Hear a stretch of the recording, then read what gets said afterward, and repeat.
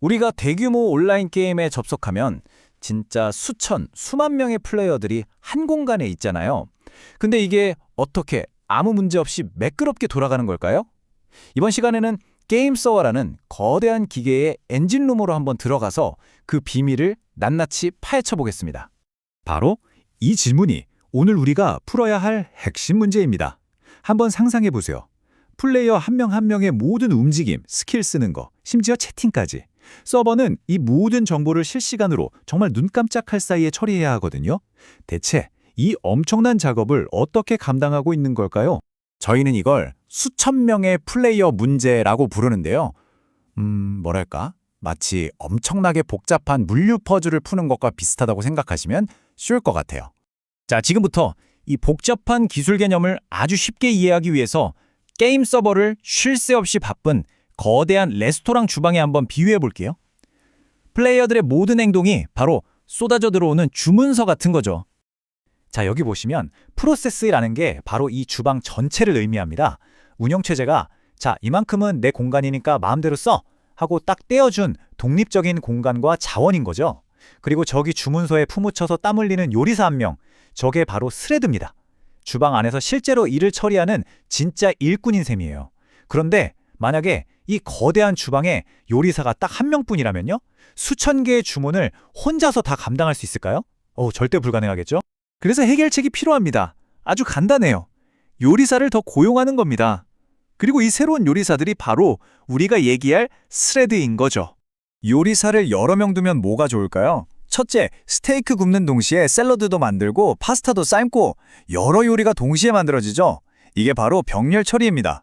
둘째, 한 요리사가 엄청 복잡한 요리를 하는 동안 다른 요리사가 간단한 음료 주문을 바로바로 처리해주니까 손님들이 오래 안 기다려도 돼요. 응답성이 확 올라가는 거죠. 셋째, 모든 요리사가 같은 주방 도구랑 재료를 같이 쓰니까 효율적이잖아요. 그리고 새로운 주방을 하나 더 차리는 것보다 요리사 한 명 더 부르는 비용이 훨씬 저렴하죠. 하지만 이야기가 이렇게 쉽게 술술 풀리면 재미없겠죠? 맞습니다. 요리사가 많아지면서 아무도 예상하지 못했던 새로운 문제가 터지기 시작합니다.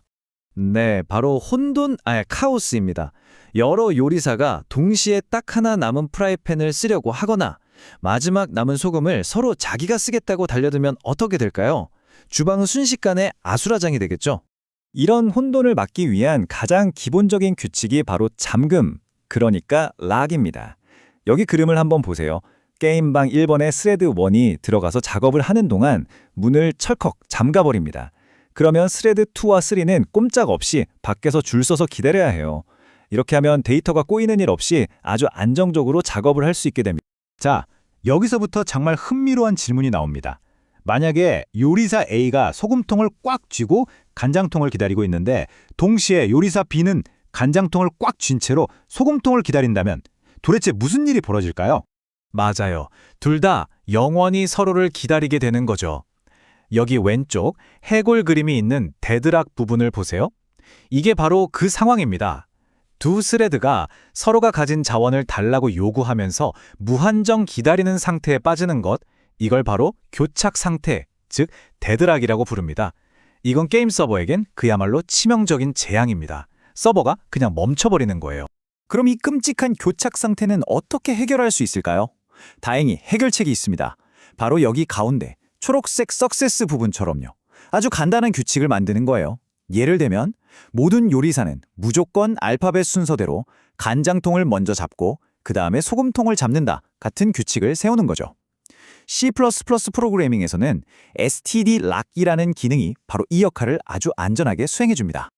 그리고 더 놀라운 건 기술이 계속 발전하면서 이런 복잡한 문제들을 점점 더 쉽게 해결할 수 있게 해준다는 겁니다.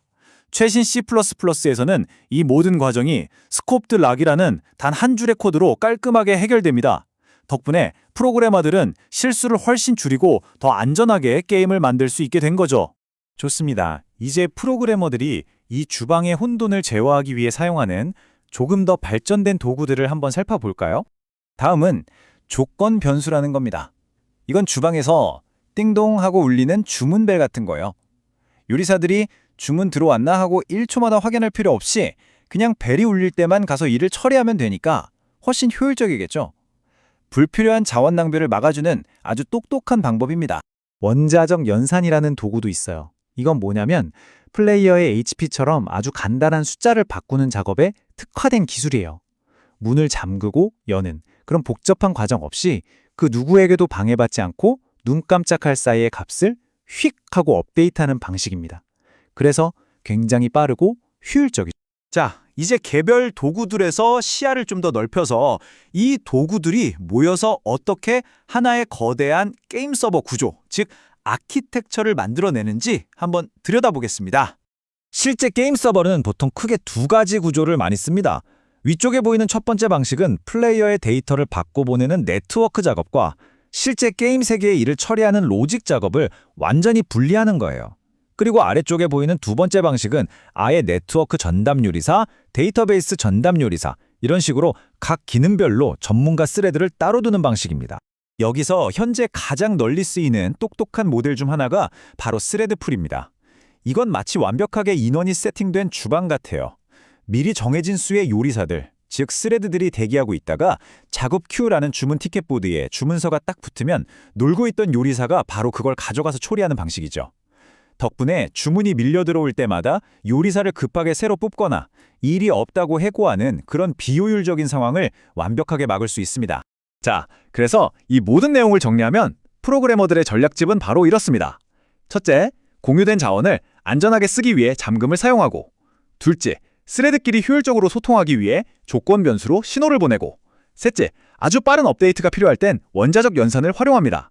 그리고 이 모든 것의 가장 기본에는 바로 그 끔찍한 교착 상태를 막기 위한 명확한 규칙 설계가 깔려 있는 거죠.